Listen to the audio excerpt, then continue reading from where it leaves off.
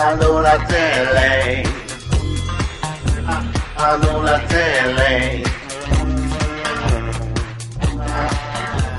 Allô la télé.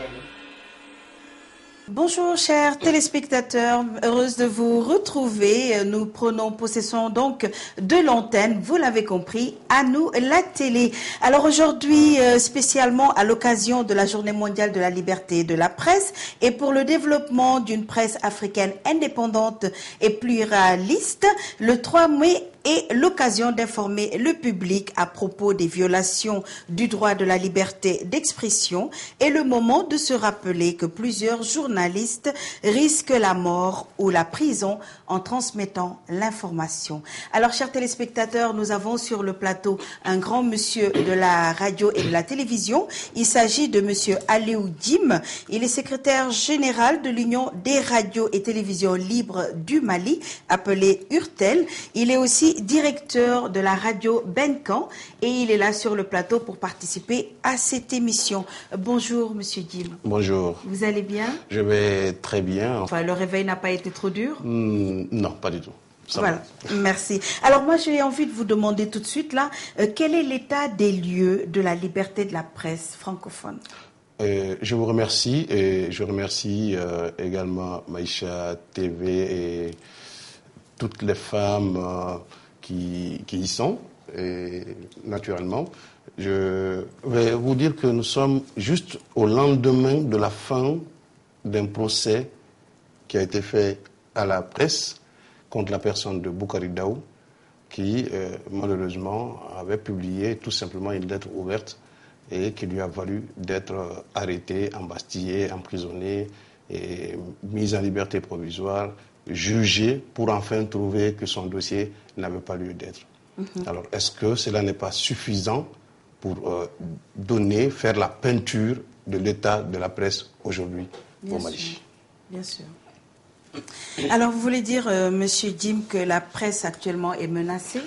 La presse est menacée. Elle est menacée depuis toujours d'ailleurs, mais en fait, particulièrement ces derniers temps où nous avons fait le constat de confrères qui sont arrêtés, qui sont battus, qui sont interpellés, qui subissent beaucoup de choses, des choses qu'on ne peut même pas imaginer, et certaines ne méritent même pas qu'on les raconte parce que c'est absolument vilain.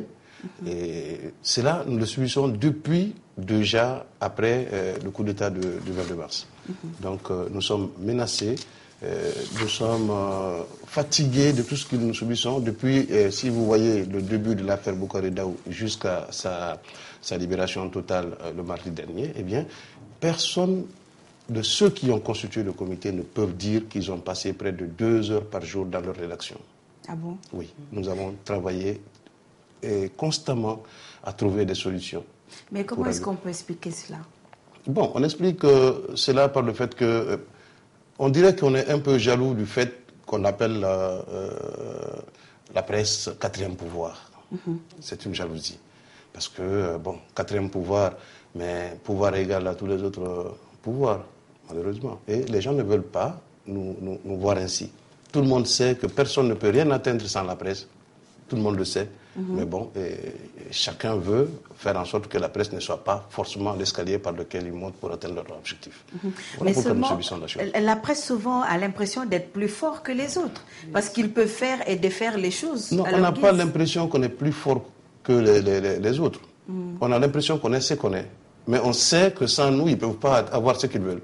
Donc vous mesurez un peu le pouvoir que nous vous mesurons, avez quand même. Tout comme eux aussi, ils mesurent toute la force qu'ils ont. Quand quelqu'un se met dans son salon par un téléphone, envoie des personnes aller enlever un journaliste dans sa rédaction pour aller le mettre pendant 8 jours dans un trou où il ne peut ni voir la lumière, ni manger, et il subit les moustiques, il subit des coups, on le réveille à minuit, à 4 heures du matin pour lui dire d'avouer ce qu'il ne connaît pas. Eh bien, qui est fort? Mais pourquoi à ce moment-là, il ne se rallie pas à vous au lieu de vous combattre? Bon, c'est ça en fait l'esprit qui est recherché, c'est ça l'objectif qui est recherché. Parce qu'en fait, quand on dit presse quatrième pouvoir, c'est parce qu'on pense qu'il y a un jour la possibilité qu'il y ait une symbiose, que tout le monde aille vers justement un objectif commun de combiner les choses de façon à ce que nous puissions mettre en place une société vivable. c'est ce que nous sommes en train de faire. Le fait de dénoncer le pouvoir exécutif, le fait de dénoncer le pouvoir judiciaire, tout ça, c'est pour justement les amener à penser comme nous. On ne dira pas que nous sommes les meilleurs, mais c'est les amener à penser comme nous, à voir ce que nous voulons voir pour que nous puissions marcher dans ce sens-là. Et à être clair sur tous les plans. Sur tous les plans. C'est ça, nous sommes une lampe au pied des gens. Il faudrait que les gens le comprennent ainsi. Et chaque fois qu'on ne comprend pas comme ça, eh bien, nous serons plutôt des obstacles pour eux. Et si nous sommes des obstacles, eh bien, nous allons continuer à subir justement tout ce qu'il y a comme exaction, comme tout ce que nous sommes en train de créer aujourd'hui. Alors, ce milieu réputé jadis macho, c'est progressivement ouvert à la gente féminine. Et donc les femmes essaient tant bien que mal à s'imposer ou même à se frayer un tout petit bout de chemin. Est-ce qu'elles essayent? Elles s'imposent, c'est ce que je vois. Elles s'imposent. Et justement, avec Jeannette qui est une femme, aujourd'hui, elle va nous faire le point sur ce sujet. Elle Voilà. est croisée. Voilà, c'est ça. Alors, pendant des décennies, les femmes ont été invisibles dans les médias. C'est un décalage toujours important dans leur vie des femmes aujourd'hui. Et leur place et image dans les médias persistent, en ce sens que la stéréotype ont la vie dure, Marie. À preuve, très peu de femmes sont responsables de presse ou directeurs de publication actuellement dans le monde. Au total, les femmes représentent 18% de directrices, de cinéastes et de monteurs de films. Seulement 18%, disons. Donc vous imaginez. Bien qu'elle ait désormais une présence importante dans les salles de rédaction de journaux imprimés et télévisés, elle se heurte encore à des barrières invisibles. Même si le nombre de femmes dans les médias augmente, il existe beaucoup de présentatrices, animatrices de journaux pour une poignée infime de rédactrices en chef ou directrices de publication. Donc, comme on voit actuellement, il n'y a pas beaucoup de directrices de publication, de rédactrices en chef. Il y a juste quelques femmes qui font exception à la règle. On va essayer de savoir pourquoi. Elles sont en somme réglées au second plan et on aurait cru qu'elles se contentent à la limite de cette place. Mais est-ce qu'on peut savoir pourquoi les femmes sont très rarement au sommet d'une rédaction ou d'un journal Je suis quand même d'accord avec les chiffres, les statistiques qu'elle donne, mais je ne suis pas peut-être d'accord avec peut-être toutes les raisons qui justifient ces chiffres-là. Vous savez, au début, je le disais un peu avant maintenant, on était ensemble. On a commencé ensemble presque, vous voyez, presque à peu près au même nombre. Presque à peu près. On a évolué ensemble, mais il se trouve que il faut quand même, j'ai dit, il ne faut pas répondre pour le faire, mais il faut répondre pour dire ce qui est vrai. Mais il se trouve que malheureusement, les femmes, lorsqu'elles sont belles, lorsqu'elles présentent bien, lorsqu'elles remplissent nos yeux, comme il faut le dire, eh bien, nous sommes plutôt tentés de les sortir de l'écran public commun à tout le monde pour nous les approprier. En tout cas, je ferais peut-être la même chose si l'occasion m'était donnée de sortir une de ces feuilles de Maïcha pour les amener à la maison. Et puis personne ne la verra. C'est ce qui est, entre autres, à l'origine justement du départ progressif des femmes, des rédactions, des télévisions, des présentations et tout ça, vers d'autres horizons. On les retrouvera après dans d'autres fonctions où elles sont moins vues, peut-être plus efficaces, mais en tout cas moins vues. Ça arrive, c'est une raison. L'autre raison, c'est qu'elles sont aussi en raison de leurs compétences. Et c'est ça, en fait, c'est vrai. C'est en raison de leurs compétences. Et placées à côté de certains hommes, eh bien, ou des hommes qui ont la même valeur, eh bien, en raison de leurs compétences, on les enlève aussi pour les mettre dans les cabinets, dans les départements de communication, ainsi de suite. Donc, elles s'en vont aussi. C'est tout à fait mérité. Oui, mais M. Jim, quelle est la situation au Mali actuellement et que représentent les femmes au sein des médias? Elle représente justement le taux que vous avez donné, c'est ce que nous avons dit. Mais elle représente également, et ça il faudrait le reconnaître, les raisons que nous sommes en train d'évoquer qui justifient leur départ justement. Souvent c'est la jalousie des hommes qui ne veulent pas qu'elles soient au devant de la scène. Non, je ne pense pas que ce soit forcément une jalousie qui vous amène... Pas de leurs collègues, hein, des hommes qui les épousent. Oui, quand même, il faudrait quand même mettre jalousie avec grand J. Voilà. Moi je dirais plutôt que la femme ne doit pas accepter cela parce qu'elle a fait des études pour ça. Bon, le mariage est un choix. Le mariage est un choix. Et j'avoue que si les femmes étaient mises de l'autre côté de la chose, elles feraient peut-être la même chose. Mais que doit-on faire maintenant pour les maintenir? Pour les maintenir, il faudrait que les femmes vraiment acceptent de comprendre que le rôle par lequel elles ont été vues, appréciées et mariées, justement, elles sont dans ce rôle par conviction. tant que la conviction ne prime pas les autres considérations, qui vont par exemple c'est un monsieur bien haut placé qui pourrait être une source d'opportunité pour moi, il faudrait bien que je regarde rester journaliste ici, j'ai déjà été suffisamment vu, ou alors accepter d'aller derrière monsieur qui est potentiellement un ministre, ou qui est un ministre, qui est un ambassadeur, qui a des potentialités extraordinaires. Gérer l'éducation. Eh bien voilà, et écoutez, je préfère vraiment, l'objectif d'une femme, c'est dit-on, oui, c'est de se marier, eh bien, je préfère gentiment me ranger du côté de monsieur, avec tous les avantages qui suivent. Alors ça peut expliquer un peu la chose quelquefois. Quels conseils pouvez-vous leur donner pour qu'elles puissent rester dans leur métier? Oui, le premier conseil, c'est d'abord l'amour du métier. Voilà, c'est ça. Quand on se dit, je veux entrer dans ce métier par amour, quand on y entre et qu'on y entre par conviction, il y a de fortes chances qu'on ne subisse pas les pressions extérieures pouvant vous amener à quitter justement ce rôle pour lequel vous vous êtes dévoué depuis un certain temps. Voyez-vous, lors du dernier recrutement, du dernier test, du dernier concours d'entrée au CESTI, nous avons fait partie du jury. Excusez-moi de vous dire qu'il y avait suffisamment de femmes qui étaient là. Elles étaient là en très grand nombre. Mais le seul petit problème qu'il y avait quand on partait justement à l'interrogatoire, c'est que en les posant des questions de motivation, on se rend compte que elles sont motivées par des choses qui ne peuvent pas leur donner longue vie justement dans cette profession. Donc la télé, la radio, la presse va être seulement pour eux, ou pour elles, excuse-moi, un point de passage pour atteindre l'autre objectif. Forcément, elles y vont. Elles ne le font pas par conviction. Elles ne le font pas par conviction. Voilà, elles le font par mimétisme, par amour, ou en tout cas je me dis, je veux atteindre un tel objectif, donc en acceptant justement de passer par là. C'est un chemin court, je suis très rapidement mis devant le public, ceux qui sont intéressés par moi, je les verrai très rapidement, et j'obtiens mon objectif très facilement. C'est dommage. Et objectif atteint, départ assuré. Bien sûr. Alors moi j'allais vous poser une autre question par rapport à ce pays. Nous savons qu'au Mali, souvent, la femme, elle doit être soumise.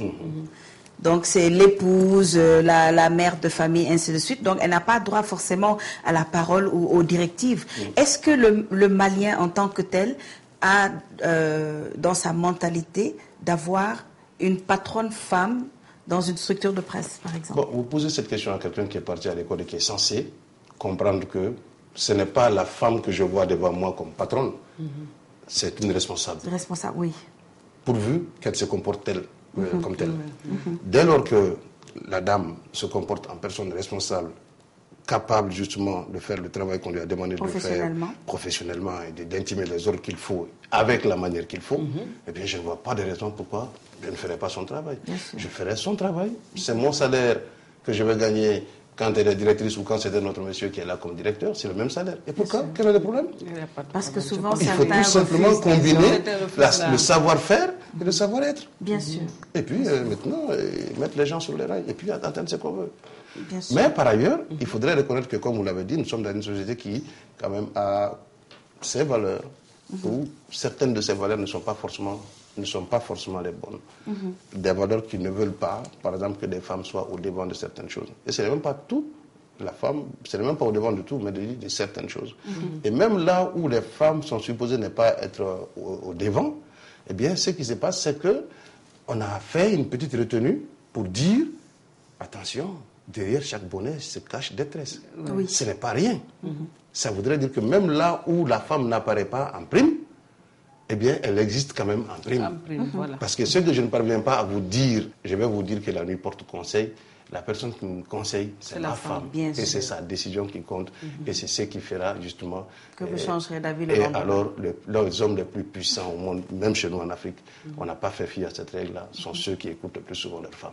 Est-ce que les femmes souvent sont victimes de cette violation-là, comme vous dites tout à l'heure pour votre collègue qui a été arrêté, tabassé et autres? Est-ce que les femmes sont victimes de ces violations-là? Bon, je n'ai pas beaucoup de cas. Très honnêtement, je n'ai pas beaucoup de cas où les femmes ont subi des violations ou des violences réelles sur le corps. Mais en fait, violence pour violence, il est une violence que de faire à une femme journaliste ce qu'un homme ne pourrait pas faire. Oui. Cette violence peut être interne à nos rédactions même. Lorsque on se dit, bon d'accord, vous êtes une femme, vous dites que vous êtes les égales des hommes, eh bien on va voir, faites ça. Oui. C'est une forme de violence. On n'a pas besoin de solliciter votre courtoisie, votre galanterie pour comprendre que même s'il y a des femmes sorties de la même école que messieurs, il y a quand même certaines considérations, je veux dire, biologiques qui sont là, qui font quand même que nous devons comprendre que si ce n'est pas de sa propre volonté de le faire, il ne faut pas l'y obliger, sinon on aurait fait quand même acte de violence sur cette personne. Bien sûr, C'est ça. Voilà, je voulais intervenir dans ce même sens même. Déjà, tu m'as, Anna. C'était tout juste pour dire que les femmes aussi sont des personnes. Elles ont droit à faire le métier qu'elles veulent. Donc, en tant que journaliste, maintenant, je pense que les femmes se sont mobilisées actuellement pour atteindre un rang beaucoup plus haut que celle que l'occupe maintenant. Donc, quelle est ton impression sur ça? Bon, à ce niveau, il faut quand même reconnaître que autant il faut saluer le courage, la détermination, la présence des femmes dans ce métier, autant il faut aussi tirer la sonnette d'alarme sur un certain nombre de comportements dans le milieu des femmes qui ne sont pas des comportements vraiment qui vous font honneur, qui peuvent vous aider à sortir du constat que vous êtes dans une situation que vous voulez vers une autre. C'est que généralement, lorsqu'elles se constituent en association, lorsqu'elles se constituent en groupe pour faire avancer des choses, il y a beaucoup plus de considérations subjectives qui marchent sous vos pieds que des considérations réelles. Ce qui vraiment est certainement à l'origine il faudrait dire les choses comme elles se présentent, à l'origine justement du manque de dynamisme dans les associations de femmes de la presse au Mali. Parce qu'elles sont là, elles ont existé depuis longtemps, mais bon, vraiment, elles n'ont pas pu faire tout ce qu'elles doivent pouvoir faire, tout simplement parce qu'il y a des problèmes de petites querelles de leadership entre les femmes. C'est parce que, bon, je ne serais pas d'accord que tel qui est moins bien habillé que moi soit à cette place. Je ne suis pas d'accord que des considérations subjectives qui n'ont absolument rien à voir avec les objectifs recherchés par les associations. Donc, il y a quand même qu'à l'interne, les femmes doivent, en tout cas, revoir cette copie-là, la relire et essayer de sortir une copie qui puisse vous honorer, qui puisse vous mettre justement à converger vos vues, vos idéaux vers justement quelque chose de réalisable, quelque chose de concret, pour que les hommes puissent avoir du respect pour vous. Et c'est absolument ça. Et chaque fois qu'on sait que nous pouvons profiter de telle situation, mais on en profite. Mais bien sûr. Bien entendu. Et puis, de manière délibérée. Absolument. De manière délibérée. Voilà. Alors, moi j'avais envie peut-être de demander, parce que quand on dit liberté de la presse, on pense à la transparence de un peu tout, la bonne gouvernance, parce que le fait d'écrire tout ce qui se fait, tout ce qui se dit et tout ce qui n'est pas normal, ça amène les gens un peu à avoir peur et donc à un peu se méfier. Est-ce que quand même cette liberté-là de la presse garantit une certaine justice par rapport à la société? Bon, si on pouvait avoir davantage de liberté pour les hommes de presse, nous allons la prendre. Cela est évident. Donc la liberté, elle est juste verbale alors? Non, elle n'est pas verbale, elle est réelle, mais elle n'est pas aussi parfaite. Okay. Il faudrait, tout le monde est d'accord avec la notion d'une liberté qui s'acquiert au prix vraiment de longues luttes. Aujourd'hui, nous avons atteint un certain niveau de liberté qui nous permet de ne pas avoir peur de certaines choses qu'on aurait peur de commettre à certains moments donnés. Et nous cherchons à faire en sorte que jusqu'au bout, en tout cas selon notre vision aujourd'hui, que nous ne craignions absolument rien, qu'on n'ait pas peur la nuit de sortir. Voilà. Vous savez qu'il y a beaucoup de journalistes qui ne peuvent pas sortir la nuit. Oui, il paraît. Ce n'est pas il paraît, mais c'est vrai. C'est vrai, oui. Il y a beaucoup de journalistes qui ne peuvent pas aller partout où ils veulent le soir. Ils ne peuvent pas le faire. Ils sont ciblés. Ils sont ciblés. C'est ça. Il y a que nous voulons atteindre un jour un niveau de liberté tel qu'on n'a pas peur de ça. Et même en Europe, cela n'existe pas. Parce que même chez eux, les journalistes subissent ces mêmes peurs et ces mêmes craintes. Oui, bien sûr. Ils le font justement parce qu'ils ont fait des choses. Mais en fait, moi, je n'ai pas peur de la chose tout simplement parce que lorsque je dois mourir pour avoir couché sur le papier une idée qui est la réponse à ma conviction profonde par rapport à une situation donnée, je dis que celui qui veut tirer sur moi m'attend devant Maïcha. Bien sûr. Je partirai. Mais pour que cela marche, il faudrait que tout le monde soit imbu des mêmes valeurs, des mêmes considérations. Surtout. Et après, on se dira, mais ça ne sert à rien de les tuer parce qu'ils n'arrêteront jamais de faire ce qu'ils ont à faire. Donc, autant maintenant chercher à les comprendre. Mais ça, c'est la conviction qu'on a dans le métier. Pour marcher. Voilà. Alors, maintenant, pour conclure, qu'est-ce que vous allez donner comme conseil aux femmes qui sont dans le milieu des médias? Comme conseil, ce qu'il faut donner aux femmes, c'est peut-être ce que j'ai dit au début. Il faudrait qu'en venant à la télé, surtout à la télé, c'est ça là où il y a le problème, qu'on ne vienne pas avec l'idée que c'est une passerelle. Qu'on y vienne parce que on pense qu'on est capable de faire quelque chose. On pense qu'on est capable d'apporter quelque chose à nos sœurs.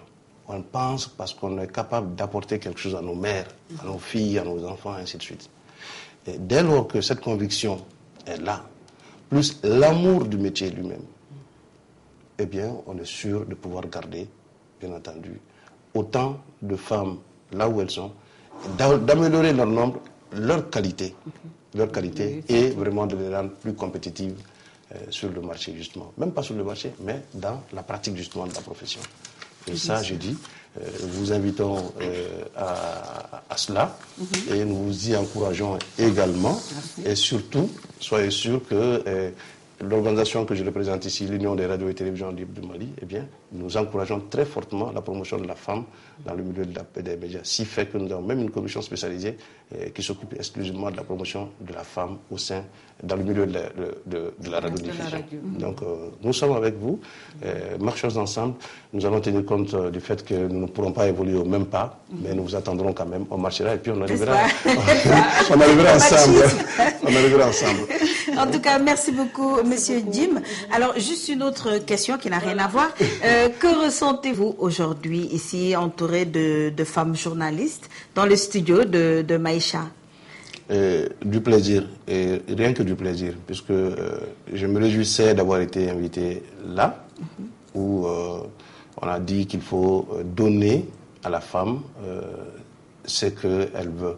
Parce que chaque fois que je lis Maïcha TV, ce que femme veut, ben j'ai dit, point de suspension, j'ai dit, mais elle l'a. Comment ça? Ben elle l'a, Maïcha TV, elle l'a. Bien la femme sûr. veut sa télé, elle a eu sa télé. Mais maintenant, il faut que la femme mette le contenu qu'elle veut dans sa télé. Bien sûr, eh bien, et si vous le faites, soyez sûr, autant nous vous suivons du regard, eh bien, autant on suivra votre télévision. Donc, je vous encourage, je vous remercie, je vous félicite pour tout le travail que vous êtes en train de faire.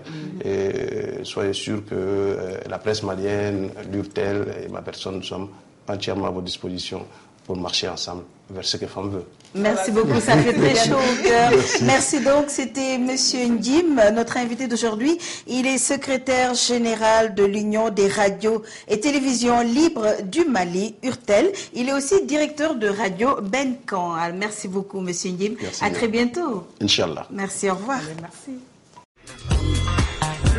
Allons la télé.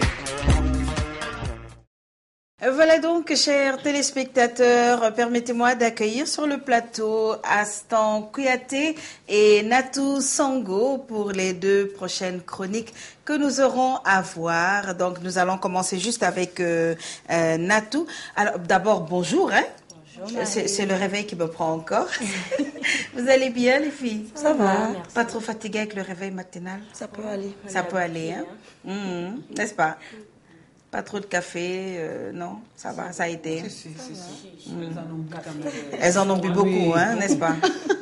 Bon, alors, toujours, pour rester dans cette mouvance de la Journée mondiale de la liberté de la presse, avec Natou, nous verrons tout de suite comment la femme a fait son entrée dans le monde de la publicité.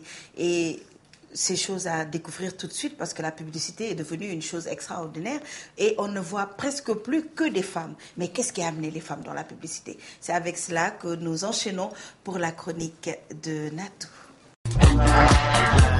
Allons la télé.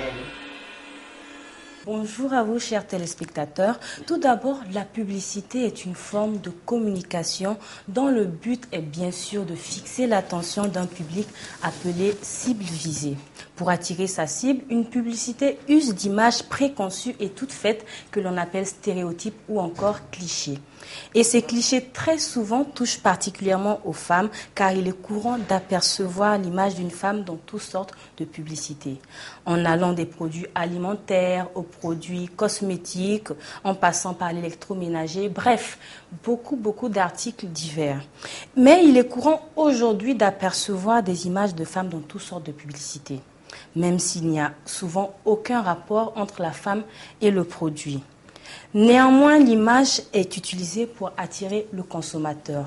C'est le cas, par exemple, d'une publicité de marque de pneus ou encore de boissons énergétiques. Là, on aperçoit une femme vêtue de manière très sexy, image qui n'a vraiment rien à voir avec le produit en question.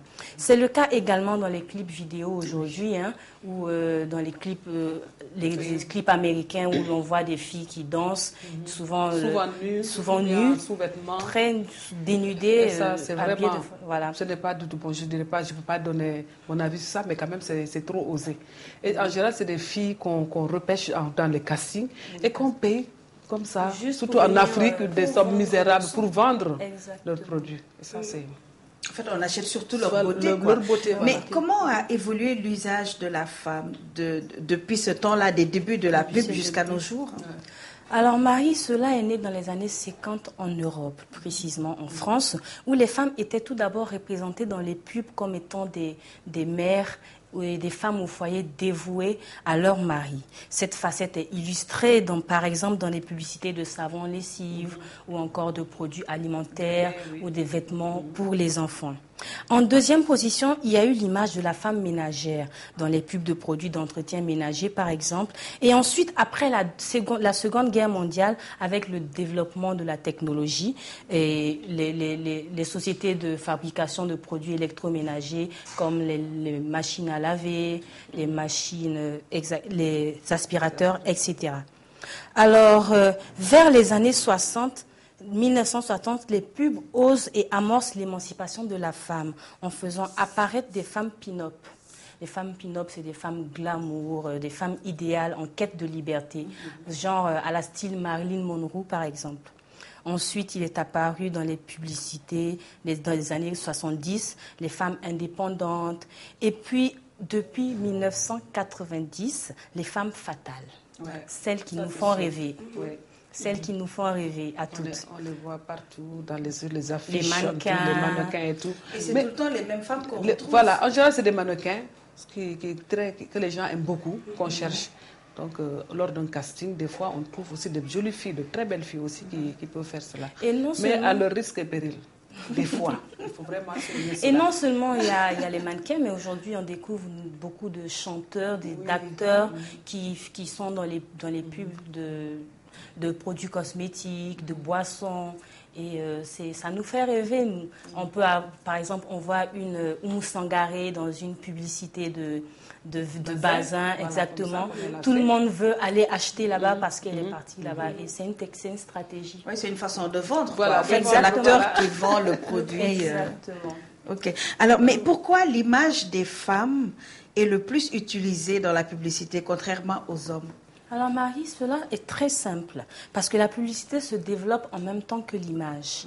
Oui. L'argument de la féminité moderne est utilisé parce que la pub compare la femme à la consommation et au modernisme. Les femmes occupent par conséquent un rôle central dans la publicité et souvent même à leur dépens. C'est ça que je dis. Souvent même à leur dépens. Oui. Des fois, voilà. Allez-y, vas-y.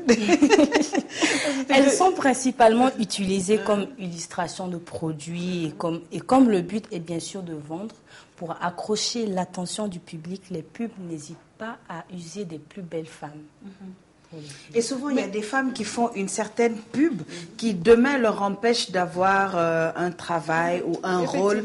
Pourquoi? Parce qu'elles ont eu à faire une pub criarde. En général, ils prennent ces femmes-là et les payent bien. Mais comme j'ai dit tout à l'heure, à leur risque et péril, comme je viens de dire. Parce que quand même, prendre une personne lors d'un casting, et puis il y a tellement de détours pour arriver à ce stade-là que vous ne pouvez pas imaginer. Vous aurez pris ces femmes-là, leur demander où est-ce qu'elles sont passées pour arriver là. Là, vous serez ébahis. Là, je ne sais pas pour gâter le nom de qui que ce soit. C'est quelque chose que peut-être qu'on est en train de discuter, mais il faut sensibiliser les femmes sur ça aussi.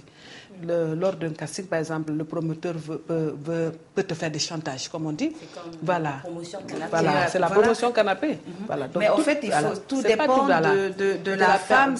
Quel objectif elle a, quel but elle veut atteindre. Si elle n'a aucune compétence, elle a juste la beauté et aucune intelligence derrière, forcément forcément, elle sera appelée à passer par là, peut-être pour Voilà. réussir, alors qu'elle n'en a même pas besoin, parce que pour la publicité, on ne demande pas une certaine intelligence, juste le physique. Voilà. Mais il faut savoir à faire les choses avec conviction. Voilà, parce qu'il y a toujours des loups derrière eux. Bien sûr. Et puis c'est bien sûr. par hiérarchie, comme on dit. Oui. On vient, on fait le casting, il y a l'autre qui est là, un autre qui est là, jusqu'en haut. Maintenant, pour arriver à cet échelon-là, c'est ça le problème. Il y a des femmes aussi qui aiment la facilité. La facilité, C'est ça, voilà. c'est ça. C'est ce que En j'ai général, dit. bon, c'est pas toutes les femmes qui le font quand même. En tout cas, c'est beaucoup, c'est nombreux. Ça, je peux le garantir. Et puis en plus, l'argent, bon, je ne vais pas dire sur le plan L'argent bon, facile. Facile, voilà, c'est de l'argent facile. C'est vrai Elle gagne quand même beaucoup, voilà. Elle Elle gagne beaucoup. Et Elle gagne beaucoup. financièrement et aussi en popularité, c'est ce qui les pousse parce qu'elles sont la vitrine de beaucoup de produits. Et ça attire l'attention. Mais si tu avais un conseil à leur donner, par exemple, en tant que femme? En tant que femme. Alors, moi, la publicité, déjà, c'est l'usage qu'on en fait aujourd'hui des images, qui est abusé, je dirais, où les femmes exposent toute leur nudité au public pour souvent des produits qui n'ont rien à voir avec la femme et ce qu'elle représente en et général. ce qu'elle représente. Et moi, je pense que ça dévalorise quand même la femme. Effectivement. La dignité au-dessus de tout. Exactement, c'est dévalorisant. Les hommes ne sont pas de cet avis-là, c'est sûr. Eux, c'est ce qui attire leur attention. Même un chanteur, pour que son clip puisse vraiment marcher, il faut qu'il mette des jolies femmes à côté de lui pour faire sortir sa beauté, pour mieux vendre son produit. Donc les femmes sont toujours là, et exposées à ces aussi, genres de il choses. faut savoir que ces images-là qu'on nous montre de femmes parfaites, de la tête aux pieds, ce n'est pas forcément la réalité. Et c'est ce qui crée, je dirais, le complexe chez beaucoup de femmes. Parce qu'on nous affiche des femmes minces, des mannequins, des top modèles. Et les filles aujourd'hui veulent à tout prix ressembler à Et ces puis, femmes-là. quand on sait que dans la publicité, il y a beaucoup de triche, parce Bien sûr. qu'on affine les la membres, taille, voilà, Et c'est puis ça. on éclaircit les noirs, On Voilà. retouche le teint. C'est ça. On blanchit les yeux, les dents, donc forcément, C'est pour ça que souvent, c'est même impossible de les reconnaître dans la rue. oui, hein. c'est ça, c'est ça. C'est impossible de les reconnaître dans la En tout cas, en général, des fois, elles sont très exploitées. On les exploite beaucoup. Mais Ça, néanmoins, quand même, je dirais que ça attire l'attention. Par exemple, quand on est assis devant la télé, il y a une pub qui commence, par exemple, une pub de parfum où tu vois, on voit une femme glamour qui sort, marche, qui se déshabille petit à petit avant d'arriver dans sa chambre. Ça attire la curiosité de tout le monde. On veut savoir de quoi est-ce qu'elle veut faire la promotion de quoi. De quoi cette publicité-là s'agit et c'est ce qui nous amène à découvrir à la fin le parfum. Mais c'est vrai que la pub a beaucoup évolué maintenant parce qu'ils font de ces scénarios qui a tellement d'imagination que parfois c'est même extraordinaire. Les monteurs peuvent même prendre par exemple la tête de Natou et mettre le corps de Astan. Voilà, donc c'est là juste tu passes, tu te dis mais Astan, Natou est comme ça, alors que c'est pas Natou, c'est le corps de Astan. Ou Donc une c'est des femme choses qui prend une photo, Voilà, une pour elle, photo. elle va sortir comme ça et elle va apparaître là l'image où il n'y a que sa tête sur un corps d'une femme en maillot de bain ou à Voilà, moitié c'est ça. nue. Souvent, ils font Donc ils c'est en ça, font c'est ça les mauvais usage. inconvénients donc. Oui. Peut-être que ces femmes-là le font aussi à leur propre, parce qu'elles le veulent aussi, je pense.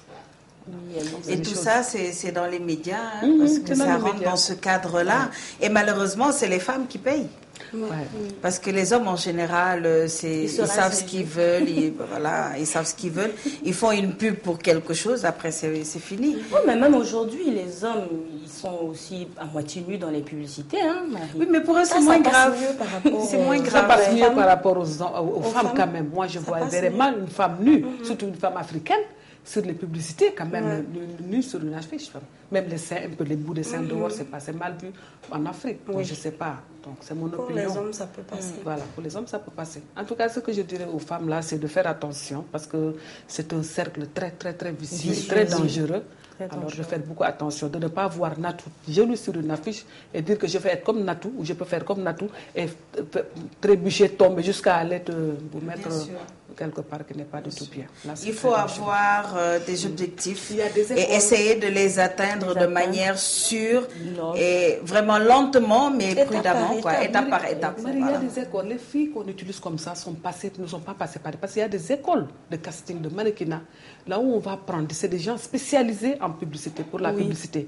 Là, je pense que c'est un cercle où on n'ose pas, on ne peut pas oser de faire. Faire du mal à ces gens-là. Mais les gens qui quittent de gauche, les filles qui quittent de gauche, pour venir s'intégrer, c'est elles qui c'est ça. Et puis en général, ces filles-là ne vont pas dans les grandes boîtes de publicité. Elles vont voir les petits jeunes là qui font du, comment on appelle ça, du rafistolage. Du photoshopping. Voilà, du photoshopping. En tout cas, merci beaucoup Natou. C'était donc l'image de la femme dans le monde de la publicité.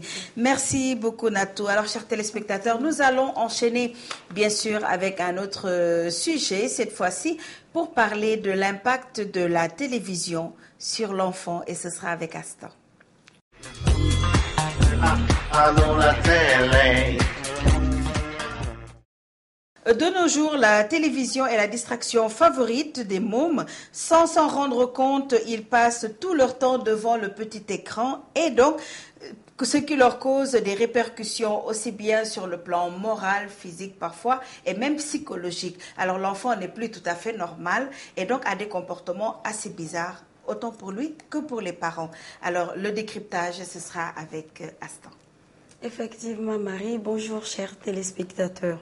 Vous l'avez compris, ce matin, nous allons parler de la télévision et des enfants. Cet outil de communication audiovisuelle qui devient de plus en plus incontournable aux yeux des enfants qui s'y attachent durant des heures et sans relâche. Des couleurs qui virevoltent, des sons étonnants, des musiques entraînantes sont autant de choses attractives pour les bambins, voire même pour le bébé de quelques semaines qui est déjà captivé par ce petit écran. Mais quel est l'impact de cet outil pour les enfants ? Marie, il faut dire que la télévision d'abord est un moyen de distraction, est un moyen de détente, mais aussi de se cultiver. Mais il n'en demeure pas moins qu'elle comporte des désagréments. Cependant, l'influence de la télé sur les enfants dépend de plusieurs facteurs. Ça dépend du nombre d'heures passées devant la télévision, ça dépend de l'âge de l'enfant, sa personnalité, le fait de regarder la télévision seul ou avec des autres adultes, et enfin la discussion qu'ils auront ou non avec les parents sur le contenu visualisé. À la télévision, nos enfants ne voient pas la même chose que nous. Cela peut engendrer certains troubles, comme par exemple des difficultés à s'endormir ou encore des cauchemars, de l'angoisse. Et à travers certaines images choquantes, cela peut créer la banalisation de la violence et rendre l'enfant agressif. Bien sûr. Et même si l'enfant ne manifeste pas tout de suite tout de suite un signe de peur en regardant la télévision. Après, ça pourrait ressurgir, se manifester après dans différentes situations, par exemple une fois la lumière éteinte ou encore dans son sommeil. Voilà, la télévision peut aussi enfreindre la créativité de l'enfant.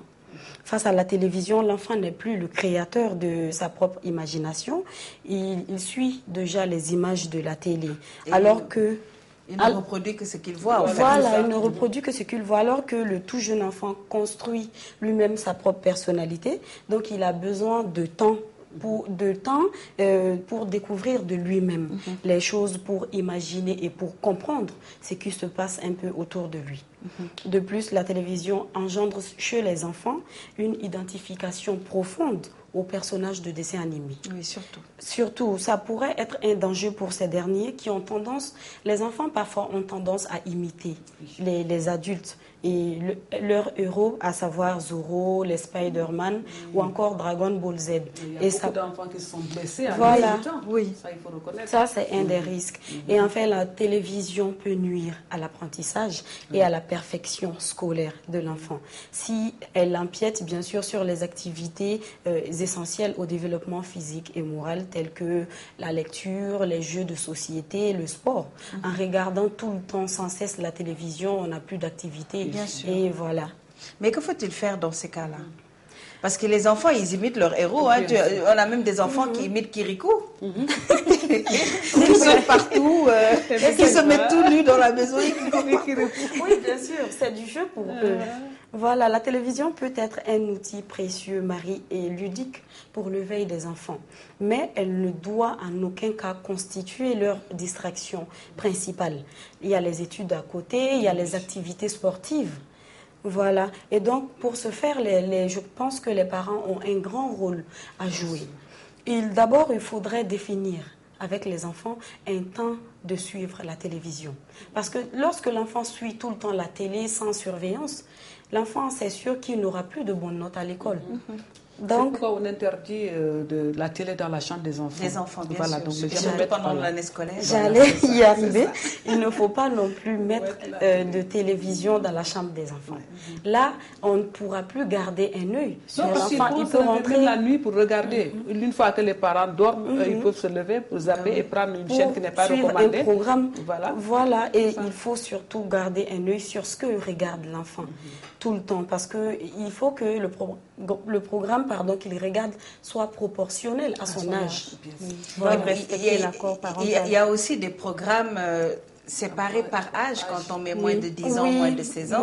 Donc il faut vraiment que ces enfants-là puissent ne pas regarder ces images. C'est aux parents en fait de les interdire de regarder. Mais il faut qu'ils soient vigilants par rapport à ça. Parce que s'ils ne sont pas là ou si l'enfant a la télé dans sa chambre par exemple, lui il s'en fiche tant que c'est agréable à ses yeux, il regarde. C'est vrai, il y a des parents aussi qui bloquent des programmes que l'enfant ne doit pas regarder avant de sortir. Mais en général, ces programmes-là, ils ont une heure précise. Et normalement, c'est à cette heure-là, les enfants sont censés dormir. Les films déconseillés au moins de 12 ans, par exemple, ou déconseillés au moins de 16 ans, etc. C'est des programmes ce sont des programmes de nuit en général. Mais en général, comme il y a beaucoup de chaînes maintenant privées, ils mettent les programmes comme ils veulent. Donc on peut voir même un programme de moins de 18 ans à 14 heures. Les enfants sont à la maison, ou bien à 17 heures. Donc ça dépend des chaînes de télé. Oui, parfois aussi au cinéma, il y a des publicités comme quoi les enfants, il y a un film pour les enfants, alors que ce n'est pas proportionnel à l'âge de l'enfant. Récemment, on a vu ça dans un pays africain. Il faudrait y songer aussi. Donc les parents doivent être vigilants, toujours garder un œil sur l'enfant, sur ce qu'il regarde. Et par exemple, même les dessins animés, en discuter après, lui dire que non, ces actes, ces gestes, on ne le fait pas. Parce qu'il y a des gestes qui rendent quand même agressif l'enfant. Oui, mais il y a des dessins animés aussi qui ne sont pas faits pour les enfants. Parce que, comme je ne veux pas citer le nom, mais il y a des dessins animés vraiment trop cru pour les enfants. Peut-être le parent qui ne comprend pas le français voit seulement que c'est des petites affiches, laisse l'enfant regarder, or que ce n'est pas bon. Le langage n'est pas alors qu'il y en a d'autres qui sont très instructifs pour l'enfant. Oui. Comme, bon, oui, on ne fera pas de pub, n'est-ce pas? Mais donc, est-ce qu'un enfant, par exemple, qui suit la télé, parce qu'on ne peut pas le leur interdire aussi, ça fait partie des dernières technologies, et les enfants, ça les éveille par moments. Qu'est-ce qu'on devrait leur permettre de regarder? Et à quelles heures les enfants devraient regarder la télé, par exemple? En fait, il serait même mieux, Marie, de définir, comme je le disais au début, une heure. Par exemple, 15 minutes par jour. Ça dépend. 15 minutes? Oui, ça dépend. Ça dépend 30 minutes. Parce que l'enfant, lorsqu'il est accro à la télévision, après, ça devient un problème, même pour manger. On voit parfois des enfants qui ramènent leur nourriture pour manger devant la télé, qui ramènent leur cahier pour apprendre devant la télé. Oui. Et donc, c'est des choses à éviter. Et donc, il faudrait quand même définir un temps. Ça dépendra des parents, avec l'enfant et tout. Oui, moi je dirais plutôt, par exemple, un enfant qui se lève tôt le matin. Par exemple, en général, on voit dans les bouts de chaîne, on met les dessins animés le matin. Très tôt.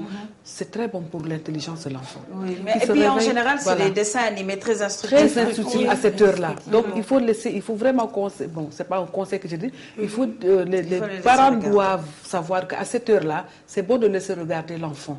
Parce que ça éveille son intelligence, déjà le cerveau, et ça lui donne un chemin à l'école. Parce qu'il sait qu'il va à l'école, il va apprendre. Donc à la télé, il a appris. Donc à l'école aussi, il va apprendre. Donc l'esprit est déjà ouvert. Donc c'est bon. Moi, j'ai remarqué ça. Les enfants qui regardent le dessin le matin sont des enfants très intelligents. Oui, et surtout, les petits-enfants apprennent les langues. Voilà, les différentes langues avec les dessins animés. Bien sûr, bien sûr. En tout cas. Merci beaucoup, Astan. Alors, c'était l'impact de la télé sur les enfants, n'est-ce pas? Et c'est la rubrique qui met fin à l'émission de ce matin. Merci d'avoir été là. Hein. C'était sympa. Merci. Et vous, chers téléspectateurs, merci d'être restés en notre compagnie. C'était tout pour l'émission d'aujourd'hui. Nous vous donnons rendez-vous une autre fois pour une autre émission de À nous la télé. Vous avez pu retrouver nos chroniqueuses qui ont eu un plaisir à partager ce plateau ce matin, spécialement pour la liberté, la fête mondiale de la liberté de la presse. Et nous vous retrouverons donc une autre fois pour une autre émission, toujours avec À nous la télé. Merci d'être restés en notre compagnie et excellente journée à vous.